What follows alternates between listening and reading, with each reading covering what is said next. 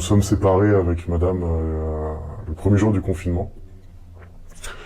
Et depuis, je n'ai cessé d'être victime de violences, de vols, de tout ce qu'il y a de pire dans une séparation. Mon ex-femme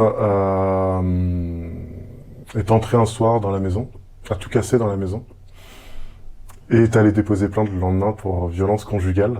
J'ai passé une nuit en garde à vue. Quand on n'a rien fait, c'est très traumatisant. Par la suite, ça a été classé sans suite. J'ai quitté le domicile conjugal. Mon ex-femme, de nombreuses reprises, me demandait... nous étions en garde alternée à cette époque-là, et me demandait à ce que je paye plus les charges de l'enfant. Ce que j'ai fait plusieurs fois, jusqu'à un moment où j'ai arrêté de le faire, j'ai payé ma part. Et à 3 semaines de l'audience de non-conciliation, première étape du divorce, j'ai été contacté par un pédopsychiatre qui m'a annoncé que j'étais accusé d'attouchement sur mon enfant. Et j'ai été convoqué 15 jours après à la gendarmerie, où j'ai dû me défendre.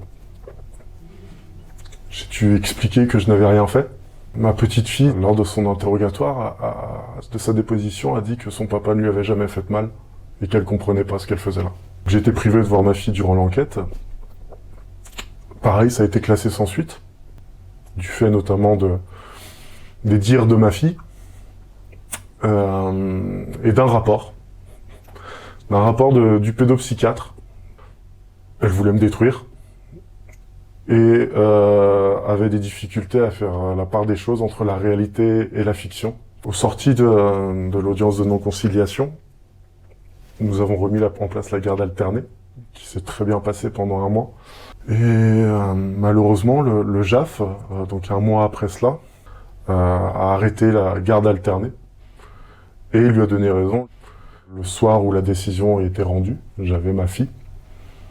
Elle est venue la chercher avec la gendarmerie.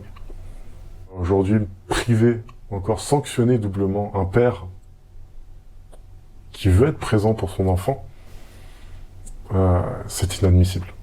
J'ai assigné mon ex-femme en divorce, pris les devants de la procédure pour pouvoir récupérer à minima la garde alternée de ma fille.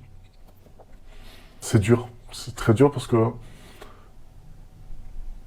déjà, on est mis sur le banc des accusés. Pour la gendarmerie, un homme est forcément coupable en cas de violence conjugale ou d'attouchement. Et c'est vrai que de devoir se justifier, de devoir prouver que simplement je ne veux pas faire de mal à ma fille, que j'aime ma fille plus que tout au monde,